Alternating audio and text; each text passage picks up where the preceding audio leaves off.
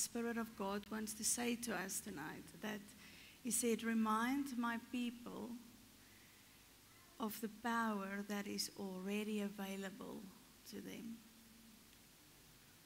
The power that is already available to them. So tonight's topic is the power within. Say the power within.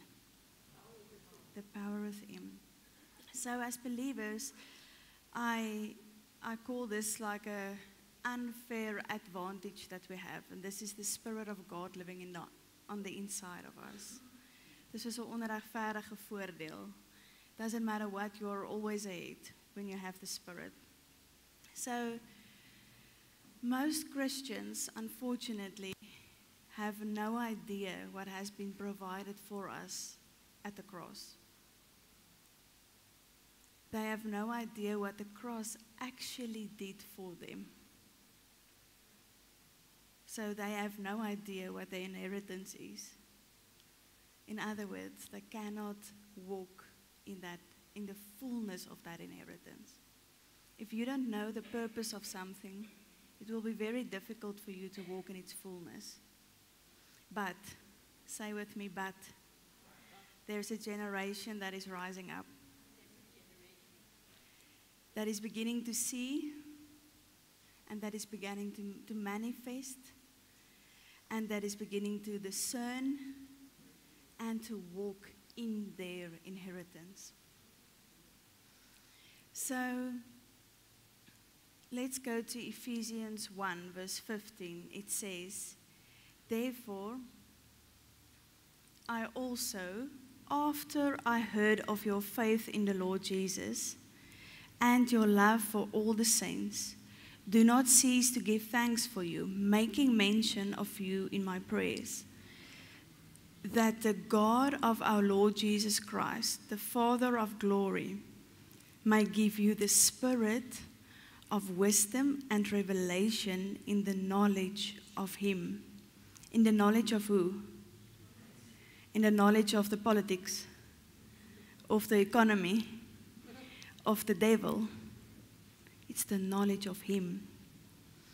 So, verse 18, that the eyes of your understanding being enlightened, that you may know what is the hope of His calling, and what are the riches of the glory of His inheritance in the saints, and what is the greatness of His power towards us who believe, according to the working of His mighty power, which He worked in Christ when He raised Him from the dead and seated Him at the right hand in heavenly places, far above all principality and power and might and dominion and every name that is named. I'm going to read verse 21 again. Far above all principality and power and might and dominion and every name that is named, not only in this age, but also in that which is to come. So, what Paul is trying to say is that Jesus is seated high above. Far above what? Everything. Anything that you can think of, He's above that. Whether it is sickness, whether it is poverty, whether it is shortage, hurt, bitterness, lack, cancer, diabetes, high blood pressure, He's above that. Okay?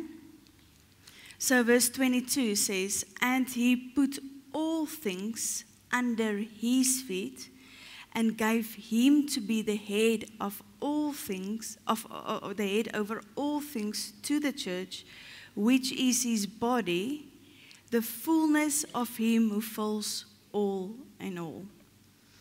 Okay, so Paul is praying and that we may receive the wisdom and the revelation, not just for knowledge, but to know the power.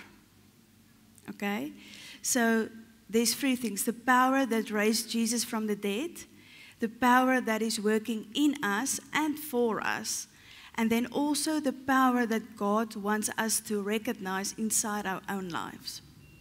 So Jesus didn't just come to save you from hell and secure a place in heaven. That's not the only purpose. What he did is he came to transfer you from the kingdom of darkness into the kingdom of his Son. Okay? So he came to place me into a kingdom. So I want you to think about this with me for a moment. Say, I have ears to hear, I have eyes to see, and my heart is fruitful ground. Okay, so I want you to think with me for a moment. You agree that Jesus came and paid the full price for salvation. Amen? Okay. So you agree that there's nothing that he still has to do for salvation. There's nothing, must he come and be crucified again? Okay, so he paid the full price. So so the cross was there to translate us from the kingdom of darkness into the kingdom of his Son. So if the purpose was heaven, then the moment that you said yes to the Lord, you will not be here anymore. Okay? So if the purpose was heaven, the moment that you said yes, you will be yes. So now the question is, what is the purpose then? If the purpose is not only to make heaven and to miss hell and to take out some fire insurance, there's a much bigger purpose. Listen to this. 2 Peter 1 verse 3 says, "For his divine power has bestowed on us absolutely everything necessary for a dynamic spiritual life and godliness." I'm going to read it again. His divine power has bestowed on us absolutely everything necessary for a dynamic spiritual life. So your spiritual life cannot be just normal. Okay? Because he has bestowed. Engels is nie my eerste taal nie, maar ek weet dat has beteken was. Correct. I've got a sautie that says yes. Okay? And godliness, through true and personal knowledge of him who called us by his own glory and excellence. Listen to this. For by these he has bestowed on us his precious and magnificent promises of inexpressible value, so that by them you may escape from the immoral freedom that is in the world because of disreputable desire, and become sharers of the divine nature.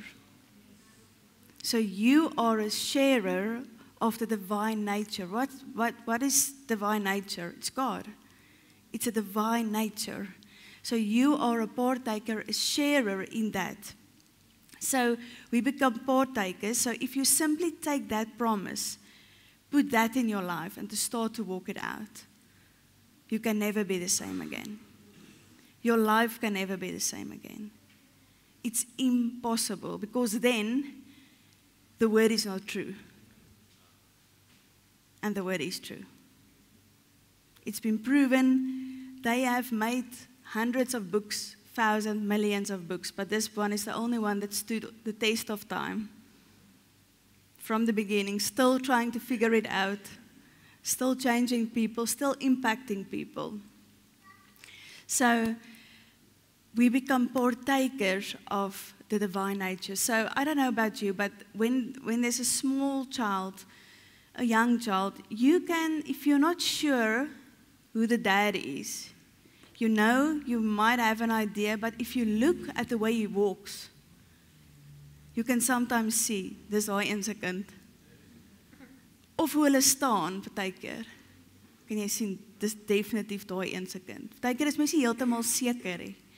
But the way that the nature shows you from where it comes. Okay? Julle moet nou al julle knopies vir my bymekaar hou. Okay, ek gaan hulle nou bymekaar trek. So we are busy with the topic, the power within. So like any child that is born, okay, that child needs to learn hoe doen ons Nelle dit? Ons moet vir hulle leer. This is what we have, this is how we do it, this is what we believe, this is why we believe it. So you teach your child. The word says, train up a child in the way that he should go. So you teach your child. It's the same way in the kingdom. You're not just a Christian, just a believer, just a person in the crowd. You have a set purpose and a destiny. Amen? Amen? Then listen. Then we see Moses. Then we see Elijah. Then we see David. They were creation upon whom the Spirit of God came. Okay? So we know that Eve, and you can differ from me the way that you want to, but in the garden, she ate a Ferrero Rocher. That chocolates, ons kan dit eendag in die hemel uitsort, maar ek kan jou garantie, want 'n appel sou dit nie vir my gedoen het nie. Ek sou nie eers niks nie. So, julle gaan sien eendag, gaan julle my onthou, gaan julle sien, Nadia was reg, okay? So she ate that, né? The fruit. Julle gaan lees, dis is milk en hulle praat van wafer-like en als. But then something happened. Something was disconnected. Okay, so the moment that she ate, something was disconnected. So then we see Moses, Elijah, Elisha, David, and upon the men of old, the Spirit of God could only come. He came upon them. But he could never make his home within them, because Jesus has not paid the price yet to connect the disconnect. Okay? So, they were all waiting for a day. Everyone of old, Elisha, Elijah, Moses, Nehemiah, Jeremiah, they were waiting for a day. What day? For the children of God to receive their down payment. Listen, bly net gou by my. Ephesians 1:14 says, the Spirit is the guarantee, the first installment, the pledge, the foretaste of our inheritance until the redemption of God's own purchased possession, his believers, to be the praise of his glory. So, hou dit gou net aan. The Spirit is the guarantee of our inheritance. So, when she ate the fruit, there was a disconnect. Okay? Then all the Old Testament prophets came, and the Spirit could only come upon them because of the disconnect. But then they were walking, and they were looking for a day. The day they were looking and wondering and probably meditating what it will look like when that Spirit lives within someone 24/7. They never had that. Now we have that in 2025, and we don't use it because we don't know. There's power within. Okay? Listen to this. Matthew 11, verse 11 says, assuredly I say to you, among those born of women, there has not risen one greater than John the Baptist. Okay, let's stop there. So we had all these prophets, Moses, Jeremiah, Elijah, Elisha, all the prophets. And then Matthew comes and he says, there has not risen one greater than John the Baptist. Okay? So if you look at the scriptures, that John the Baptist was greater than all these men. Do you agree with me? Okay. Then he says, but he who is least in the kingdom of heaven is greater than John the Baptist. So we have the old prophets, the Old Testament men and women of God.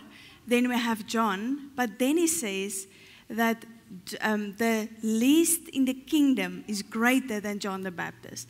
Now, did you know that there's not one recorded miracle that John did in the Bible? He did not, there's not recorded one. I don't say there is, but there's not one recorded where he raised someone from the dead, prayed for the sick. So, if we look at it, probably the greater than John the Baptist is not in the miracles. Okay, so you would agree. What was it? Wat het die verskil gemaak vir John? His message. Okay? So yes, Elijah, Elisha, Moses, they could only say, they will come. John the Baptist says, he's here. Maak oop julle oë, repent, be baptized, he's here. Toe Jesus aankom te sê, behold, the Lamb that takes away the sin of the world. Now, what can we say today? He's in us. Emmanuel, God with us, in us, around us, upon us, he's here. Hy sien nou meer daar nie. Hy sien nou meer op pad nie. He came, and now he can stay in you. Amen? So Christ in me, the hope of glory. 2 Corinthians 4:7 says, we have this treasure in earthen vessels, that the excellence of the power may be of God and not of us. So ons het hierdie treasure. We have this treasure in this earthen vessel. What is this treasure? It's the Holy Spirit. He's the treasure that's in this earthen vessel. So this is where everything begins, that the revelation that inside this weak jar of clay, die vleispaleis, the lives of men and women like you and me, God chose to place His glory and His Spirit and His power. He can do it all, but for some or other reason, He chose us to do it. And that's an honor. And it's a pity if we don't realize the disconnect, because it is something that is available already to us. It's not something that you have to work for. It's not something that you can pay for. It's not something that you can fast for. It all helps. The fasting helps because it brings in vleispaleis into Him. It all helps, but it is already been provided. The only thing you need to do is to say yes. Yes, Lord, here I am. Use me. This weak vessel, earthen vessel, use me. Al kom die woorde krom en skeef uit, use me. Colossians 1 says, He has rescued us and has drawn us to Himself from the dominion of darkness and has transferred us to the kingdom of His beloved Son, in whom we have redemption because of His sacrifice. His sacrifice, resulting in the forgiveness of our sins and the cancellation of sins penalty. So, ek gaan my beste prentjies uithaal. But here's the cross. Okay, so what happened? He came and He transferred you from the dominion. It's so beautiful. It says the dominion. So what's dominion? Something that has a hold on you. Something that keeps you down. That's dominion. the dominion of darkness, and He has transferred you to the kingdom. Ek gaan nou probeer om 'n kroontjie te teken. And He has transferred you to the kingdom of His Son. He specifically called it the kingdom of His beloved Son. So, okay, so I want you to stay with me. Dit is so maklik, jy gaan dit dalk mis, né? So, Jesus was born as king. Okay? So hulle het vir hom geskenke gebring. The wise men brought gifts. He lived as king. He told Pilate, my kingdom is not of this world. And he died as king. They wrote on the cross, the King of the Jews. So, this kingdom that you have been transferred into works with certain principles and certain rules. Okay? It works on a certain way. Just as in our country, there's certain rules and regulations. Jy kan nie net doen wat jy wil, wanneer jy wil en hoe jy wil nie. There's certain principles and rules. Now, where do you get the rules of this kingdom? Here. Nie op TikTok nie, of op YouTube nie. You get it here for yourself. Okay, there's a new song that says, we've got dust on our Bibles, but brand new iPhones. Okay? So you can have both, without the dust and the iPhone. Okay? So, listen to this. 2 Corinthians 5:20 says, so we are ambassadors for Christ, as though God were making His appeal through us. We, as Christ's representatives, plead with you on behalf of Christ to be reconciled with God. So, firstly, you become an ambassador. So you are transferred into this kingdom. So nou is jy 'n ambassadeur. Okay? Listen to the meaning of ambassador. It says an ambassador is an official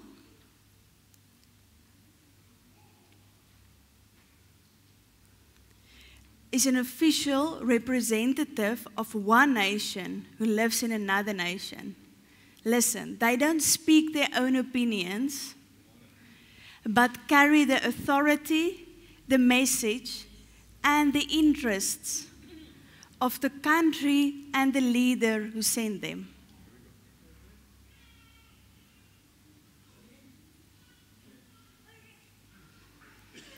I thought of an easy example that I want to show you. So I Googled what is the poorest country in Africa where we live.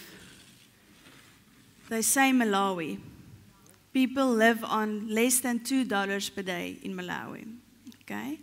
Now, I Googled what is the richest country in the world. So they say that the USA, United States of America, has the biggest economy. Okay? So as jy nou saamstem of nie, moet nou nie die punt mis nie.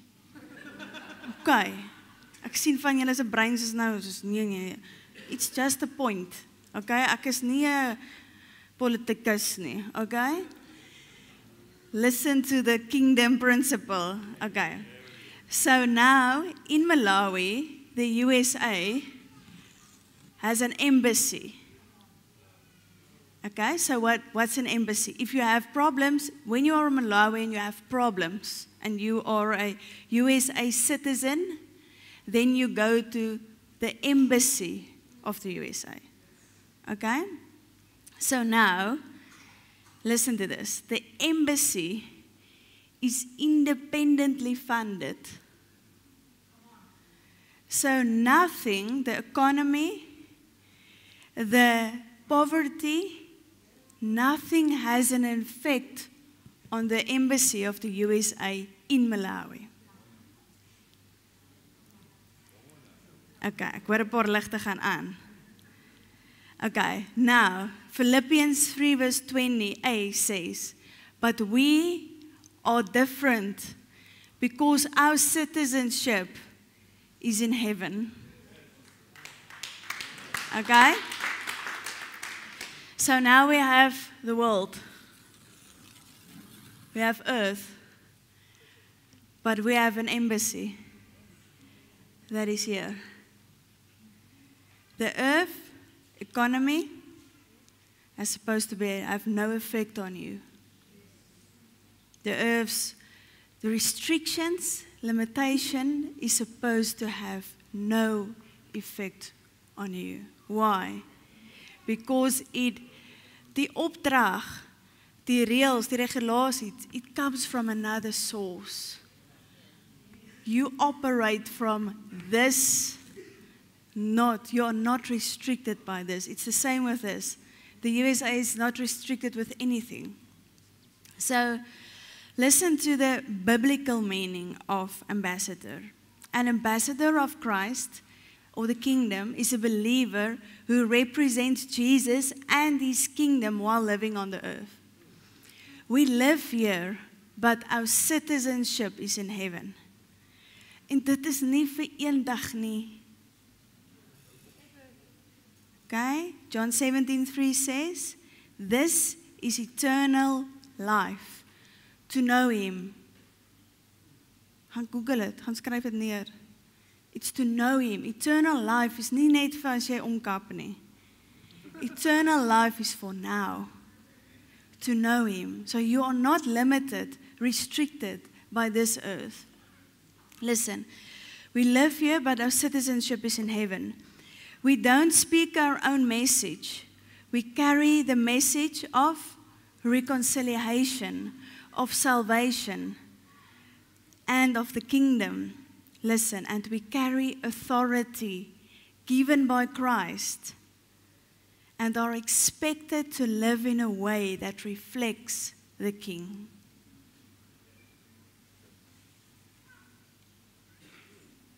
So our citizenship, you have a passport. As jy nog een het jy nou een vanaand gekry. You have a passport. And your passport says that your citizenship is in heaven. Praise the Lord.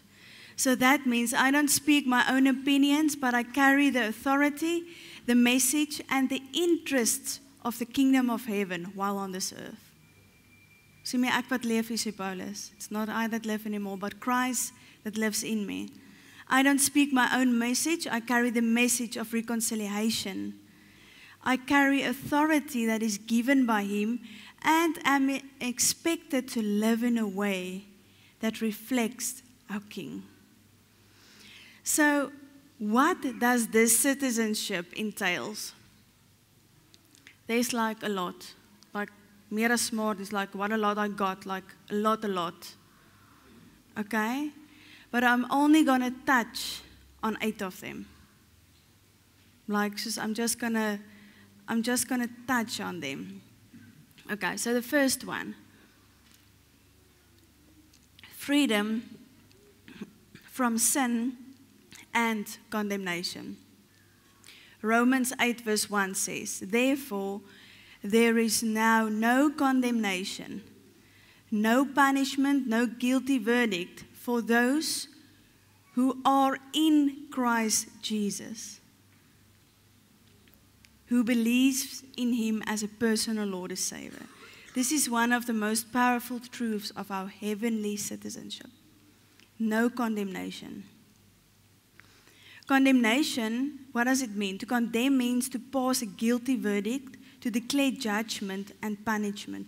But when we are in Christ, the verdict has already been decided on the cross. So there's no condemnation. Okay? And then this number B says, sin no longer defines us. Freedom from sin and condemnation. Sin no longer defines us. Before Christ, sin was our identity. But when we came into him, our identity shifted. Therefore, if anyone is in Christ, 2 Corinthians 5:17, If anyone is in Christ, hoor gou mooi sê hulle dit, grafted in, joined to him by faith as a savior. He is a new creature, reborn and renewed by the Holy Spirit. So ek gee nie om of jou ma vir jou gesê het, jy was 'n glips en hulle wou nie gehad het nie, of hulle wou eerder 'n dogtertjie gehad of eerder 'n seentjie. You are grafted in to something much bigger. Much bigger. The old things, the previous moral and spiritual condition have passed away, and behold, new things have come, because the spiritual awakening brings a new life. So now you are no longer called a sinner, but a saint. But the key is in Christ. That's the key. You cannot change that. You kan nie die voordeel vat, maar jy wil nie die, it's the rule. It's the principle. In him. Okay? Number 2, peace and joy. Peace and joy. Okay, so remember we are busy with some of the principles of your citizenship. We are busy with the principles. So peace and joy. Romans 14:17 says, for the kingdom is not eating and drinking, but righteousness and peace and joy in the Holy Spirit. Again, it's in him. You cannot separate the two. You know what people pay these days for peace and to get peace? Jy kan net soveel strandhuise hê. Jy kan net soveel huise hê. Jy kan net soveel karre ry op een slag. The peace lies here. In the kingdom. True peace. The word says that he adds, he gives you the ability to create wealth, but he adds no sorrow to it. That's your portion as a citizen. And then joy. Psalm 16 verse 11 says, in your presence is the fullness of joy, and at your right hand pleasures forevermore. Then obviously the opposite of joy is also fear. Fear belongs to the fallen world, but not in the kingdom. Fear is not in the kingdom. Okay? 2 Timothy 1:7 says, for God has not given us a spirit of fear. So do you see how easy it is to measure yourself? If you experience something, is it here? Or is it part of my citizenship? If it's not part of your citizenship, then you don't rest until you get what is part of your citizenship. Then number 3, full access to God's presence. The veil has been torn. The only thing that you need to do is enter. Hebrews 4 verse 16. Let us therefore come boldly to the throne of grace. Wie moet gaan? We, us. We must go to the throne of grace that we may obtain mercy and find grace in time of need. Listen, this is one of the greatest privileges that we have as part of our heavenly citizenship. We have this access. It's not something that you have to fight for. It's open. Jy kan nou op jou pa se skoot gaan sit. Nou. But you go. Go. Okay. Then number 4 is heaven's protection. Psalm 91 verse 11 and 12 says, for he shall give his angels charge over you to keep you in all your ways. In their hands they shall bear you up, lest you dash your foot against a stone. So as a citizen of heaven, you have 24/7 bodyguards. 24/7 you have bodyguards. Because the word says, he shall give his angels charge over you. Ek dink party van julle het meer. En hulle is al moeg ook. So moet hulle nie moeg maak hê. Okay? But you have divine protection. He assigns his angels to guard you, to protect you and to keep you safe. Listen, this protection is not for a select few. It is the inheritance of every child of God. Amen? He gives his angels charge over us. Amen. Okay, then, if you can receive this tonight, number 5, victory over death. Victory over death. 1 Corinthians 15, verse 25 says, "For he must reign till he has put all enemies under his feet." Listen, the last enemy that will be destroyed is death. Death is not your friend. Hy is nie 'n goeie maatjie nie. Death is an enemy. And if God says that death is an enemy, listen, it says he must reign till he has put all things. Jesus already conquered death.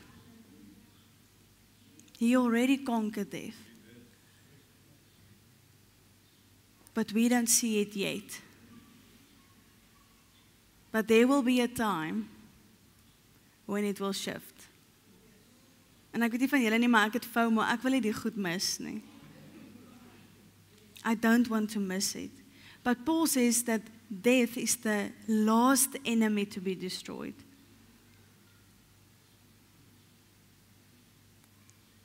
Victory over death is not a future hope. It shapes how we live today. Listen, in the garden, Eve and Adam were what? Designed to live forever. It was the plan, it was the design, it was the blueprint, it was the inheritance. Maar toe is daai chocolaatjie te lekker. And she lost it. And humanity lost it. But listen, if I can leave something with you tonight, and that is what I want to stir in you tonight, is that death is an enemy. Selah. It's not your friend. It's not something that you have to accept. I have seen people have more respect for death than for God.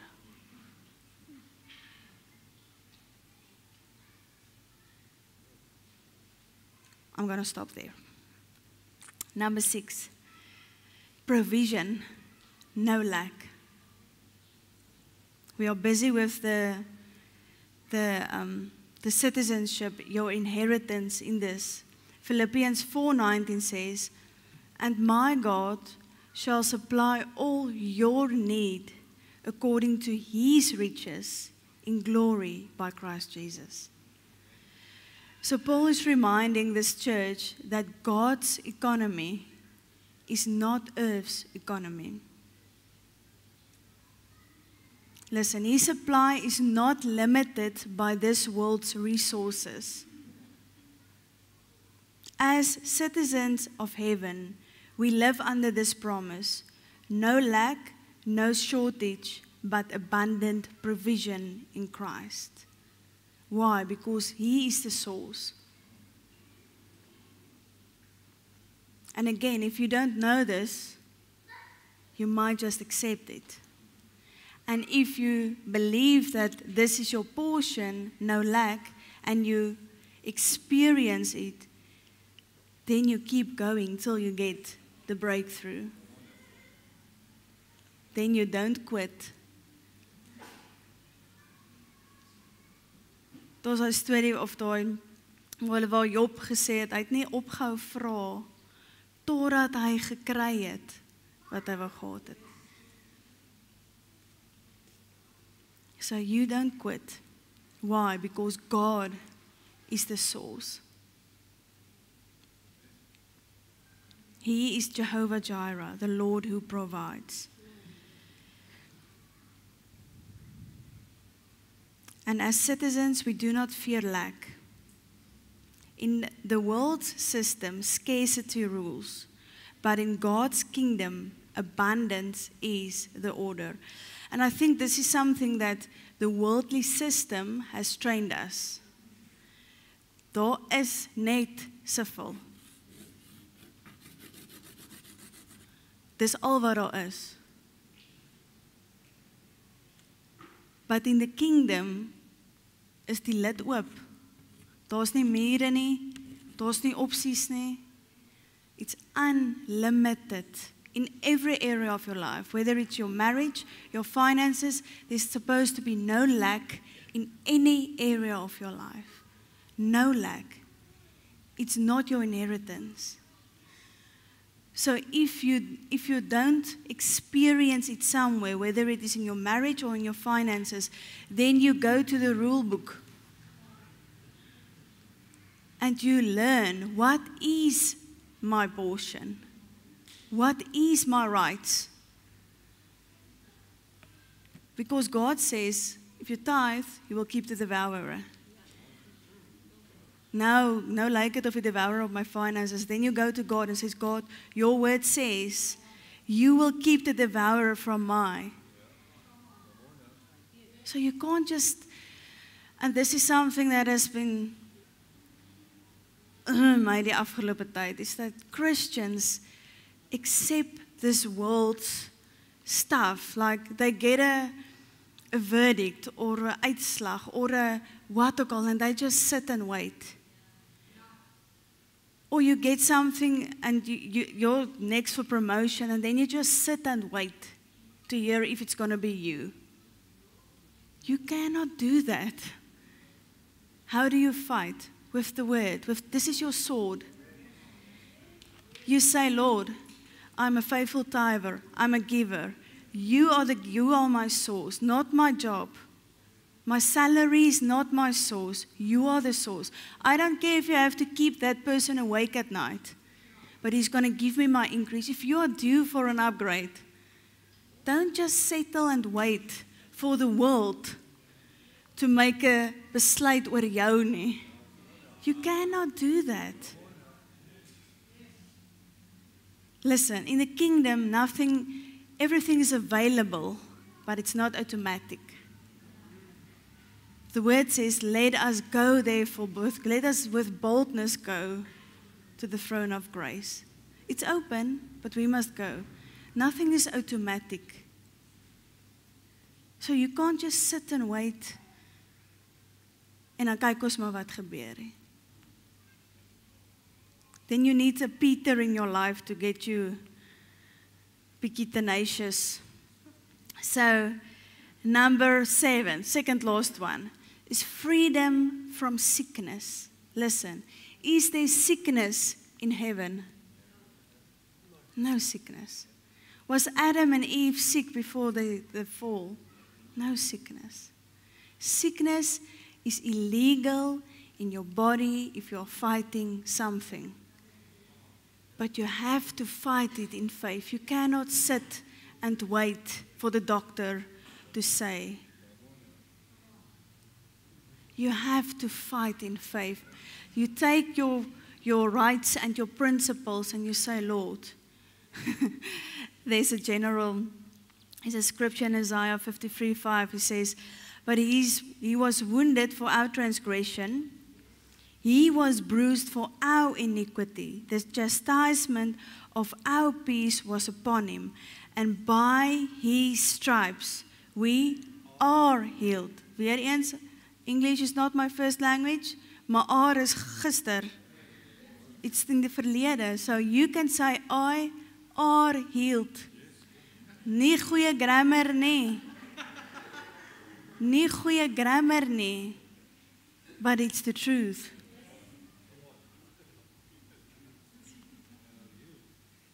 I are healed of everything. You cannot accept something that is illegal in your body. You cannot accept it. The word says the word is medicine. So in the spirit, in this realm, your medicine is this thing. So sit RSG af en skryf jou 'n Bybel. As jy volgende week weer gaan RSG gaan, it's going to be the same things.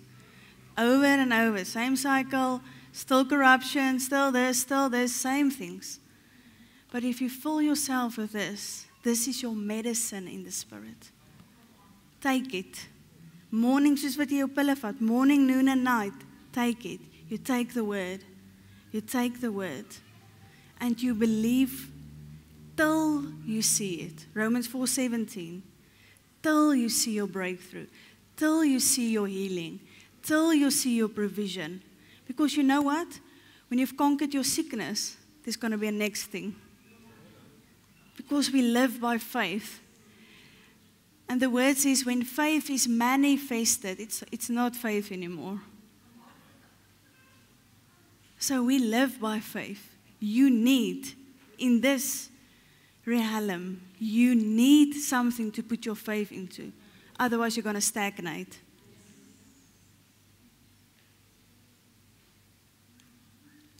The last one. Authority and power.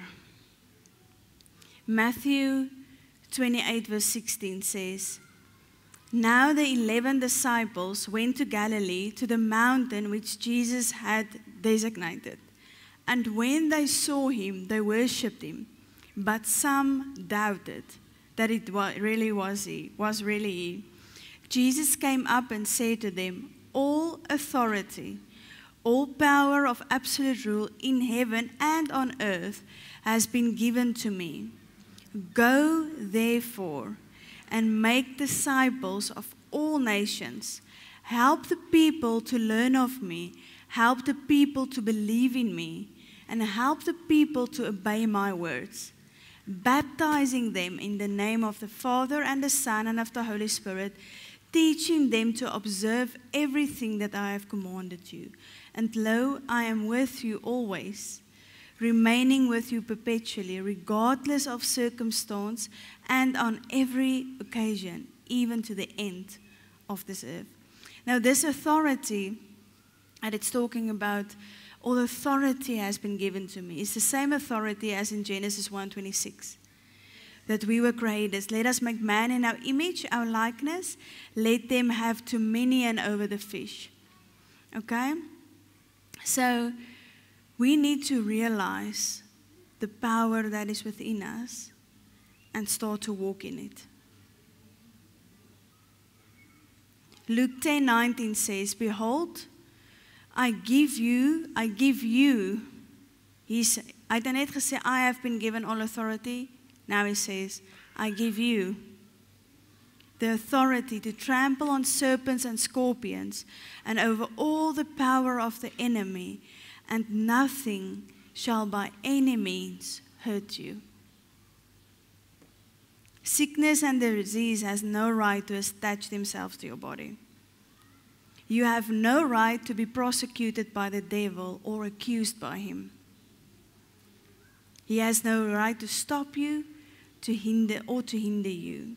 You have the authority to tread on serpents and scorpions and over all the ability of the enemy. We need to start to say, when something happens, we need to start with this cable that is connected. Then you start to say, not this time. Not this time. I'm not going back.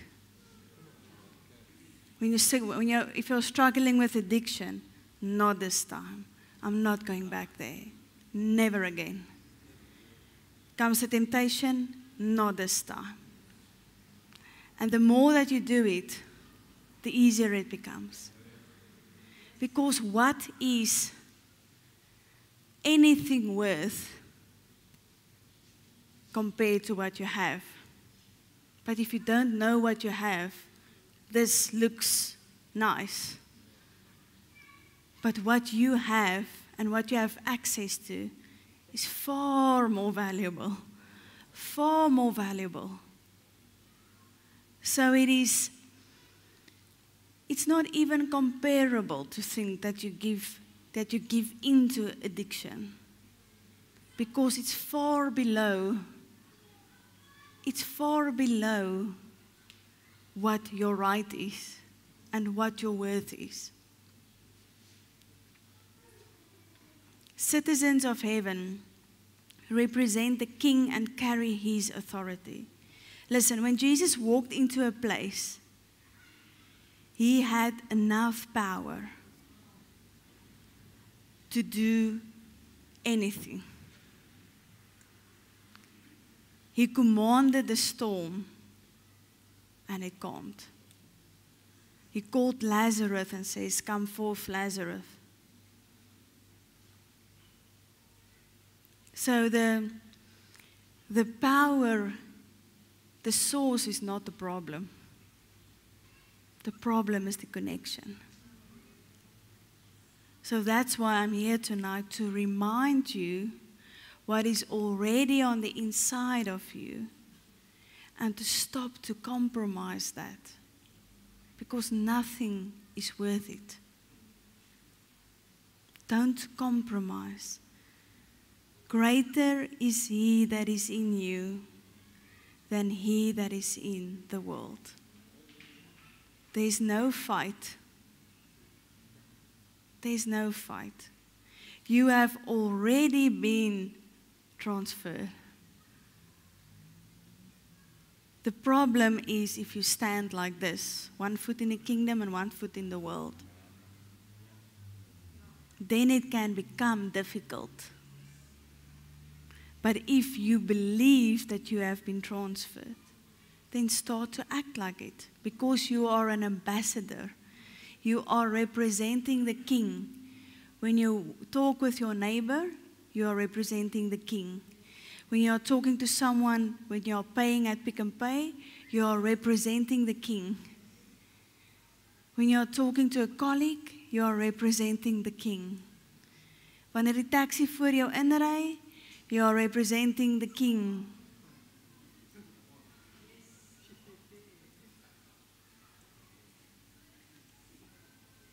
Listen to this. Luke 18 verse 8 says, "I tell you that he will avenge them speedily. Nevertheless, when the Son of Man comes, will he really find faith on the earth?" So the question tonight is, what are you doing with your faith? Will he find faith? Or will he find a lot of teachings about it? Or a lot of books about it? A lot of principles about it? But you never lived it. I cannot live your faith for you. But if you fill yourself up with this, you don't need anything else. Because this will become your reality. Listen, faith doesn't stop until it gets what it wants. Faith doesn't stop. Doesn't matter how long it takes. Faith doesn't stop.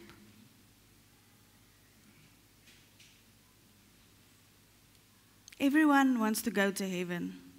And like I said, that's the easy part. But to live here with your citizenship there, it takes faith. It takes a lot of faith.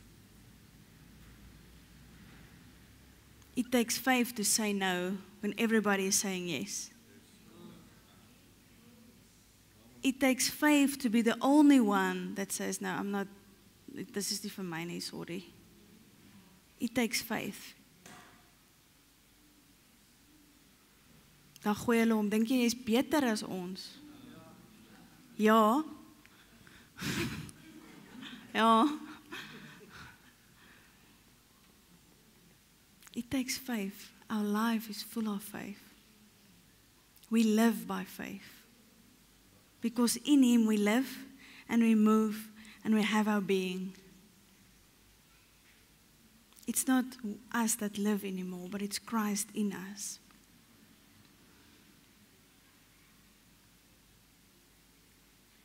Romans 13:14 says, clothe yourself with the Lord Jesus Christ and make no provision, nor even think about gratifying the flesh in regard to its improper desires. So Romans come and talk about the clothing. So it's not just in me, it's on me. It's Christ all around me, above me, beneath me, beside me, behind me, in front of me. You are covered. It is this divine filling makes that nobody sees Nadia anymore. They see the Spirit. Listen, if you always struggle with the same thing, the same cycles, how do you put the old man down? By putting on the new man. This is the old man. This is the new man. You're not going to conquer by saying, I'm not going to do it, I'm not going to do it, I'm not going to do it. There's no power. There's no power within that. And you need the power. Replace the new with the old. The old with the new. Listen, Jesus says he is the light, and then he turns to you and he says, you are the light.